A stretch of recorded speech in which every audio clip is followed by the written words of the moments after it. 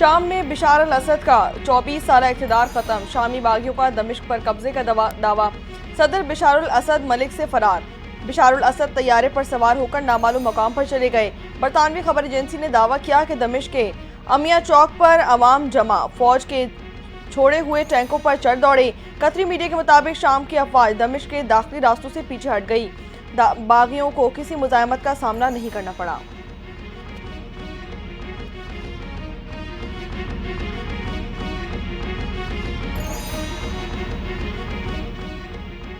شامی فوجی کمانڈر کا صدر بشار الاسد کے 24 سالہ دور کے خاتمے کا اعلان۔ باغی گروپ تحریک الشام ملیشیا کے سربراہ ابو محمد الجولانی نے بیان جاری کر دیا، کہا پرامن انتقال اقتدار تک سابق وزیر اعظم محمد غازی الجلالی ریاستی ادارے چلائیں گے، کسی بھی صورت شام میں موجود کیمیائی ہتھیار استعمال نہیں کریں گے۔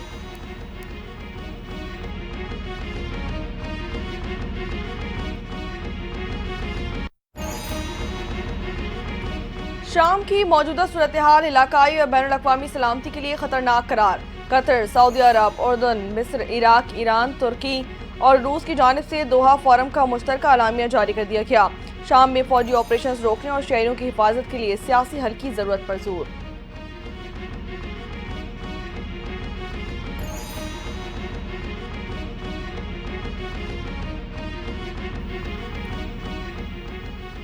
امریکہ کا شام کی جنگی صورتحال سے کوئی لینا دینا نہیں، شام ہمارا دوست نہیں، انہیں لڑنے دو۔ امریکی حکومت اس مسئلے سے دور رہے، نو منتخب امریکی صدر ڈونلڈ ٹرمپ کا سخت رد عمل۔ شام کی صورتحال پر نظر رکھے ہوئے ہیں، مسئلے کو سلامتی کونسل کے تحت حل کرنے کا وقت آ گیا، امریکی وزارت خارجہ کا بیان۔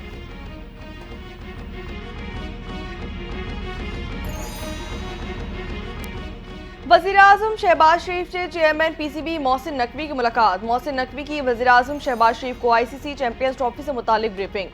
وزیراعظم نے چیمپئنز ٹرافی کے معاملے پر محسن نقوی پر مکمل اعتماد کا اظہار کر دیا، کہا کہ محسن نقوی نے آئی سی سی میں پاکستانی عوام کی ترجمانی کی، ملک کی عزت سب سے پہلے ہے۔ چیئرمین محسن نقوی بولے کہ ہم پاکستان اور کرکٹ کی جیت چاہتے ہیں، چیمپئنز ٹرافی سے متعلق اچھی خبر سامنے آئے گی۔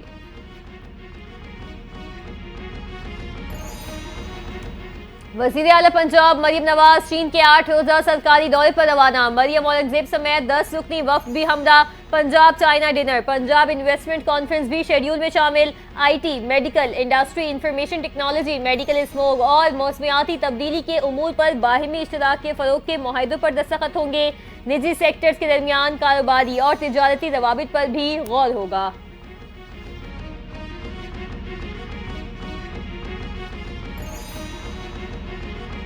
حکومت اور اتحاد تنظیمات مدارس کا 2019 کا معاہدہ منظر عام پر آ گیا۔ اتحاد تنظیمات نے مدارس کو وزارت تعلیم کے ساتھ منسلک کرنے کے معاہدے پر دستخط کر دیے۔ معاہدے کے مطابق دینی مدارس کو وزارت تعلیم کے ساتھ رجسٹریشن کرانے کا رجسٹریشن ناپابند کیا گیا۔ کرانے والے مدارس کو بند کرنے کا مشترکہ فیصلہ کیا گیا۔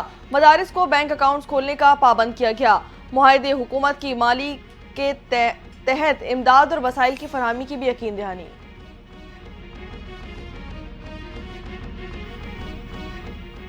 2019 میں معاہدے کے لیے بہت سی میٹنگز ہوئی، مولانا فضل الرحمان، مفتی تقی عثمان اور تمام علماء نے دستخط کیے۔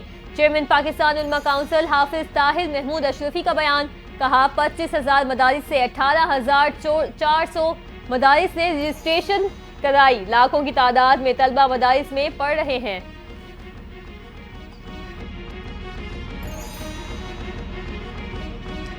اسلام آباد دھرنے میں بشرا بی بی کو کوئی چھوڑ کر نہیں گیا بلکہ ان سمیت سب بھاگے۔ وزیر دفاع خواجہ آصف کی تنقید، بولے کہ انہوں نے ویڈیو دیکھی ہے، بشرا بی بی خود جا رہی تھی۔ پاکستان تحریک انصاف کی سول نافرمانی بھی ناکام ہو جائے گی، یہ اس وقت کامیاب ہیں جب عوام کا انحصار ریاست پر نہ ہو، ریاست عوام کو ہر چیز دے رہی ہے۔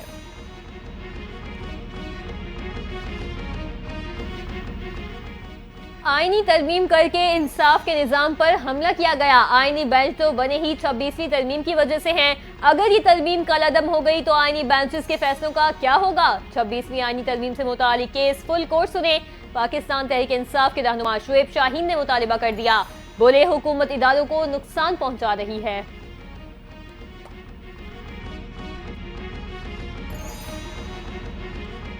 روس کا ایران کے راستے پاکستان تک ٹرین سروس شروع کرنے پر غور۔ پاکستان نے کوئٹہ تافتان ریلوے سیکشن کو اپ گریڈ کرنے کا فیصلہ کر لیا۔ پاکستانی ریلوے حکام کے مطابق تافتان کوئٹہ ریلوے ٹریک کو اپ گریڈ کرنے پر $700 ملین کی لاگت آئے گی۔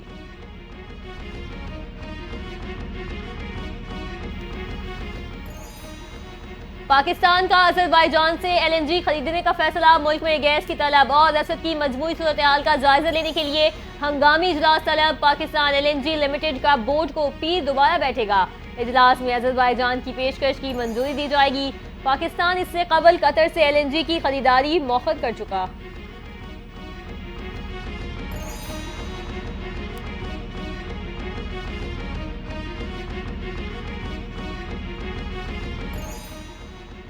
بیرسٹر سرفراز علی سندھ ہائی کورٹ بار ایسوسی ایشن کے صدر منتخب کر دیے گئے۔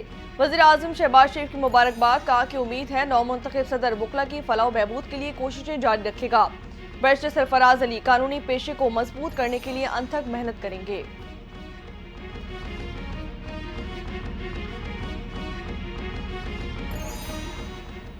کراچی کے سفاری پارک کی ہتھنی سونیا اچانک مر گئی۔ عملہ صبح سفاری پارک پہنچا تو ہتھنی کو مردہ حالت میں پایا گیا۔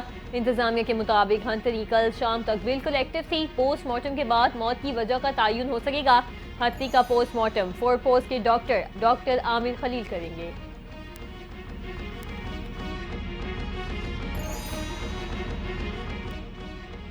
آسٹریلیا نے بھارت سے شکست کا بدلہ لے لیا۔ دوسرے ٹیسٹ میں 19 رنز کا ہدف بآسانی 10 وکٹوں کے نقصان پر حاصل کر لیا۔ دوسری اننگز میں بھی بھارتی بلے بازوں کی ایک نہ چلی۔ پوری ٹیم 175 رنز بنا کر پویلین لوٹ گئی۔ 5 میچوں کی سیریز 1-1 سے برابر۔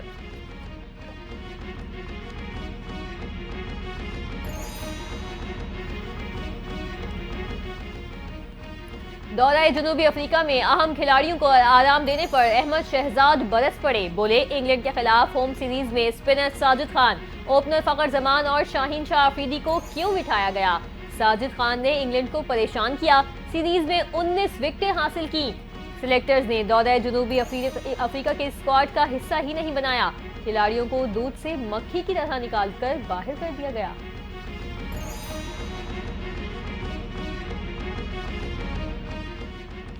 اور ملبرگ میں سردی زور دکھانے لگی۔ بارش برسانے والا ایک اور سسٹم پاکستان میں داخل ہو گیا۔ لاہور سمیت پنجاب کے وسطی اور شمالی اضلاع میں بارش کا امکان۔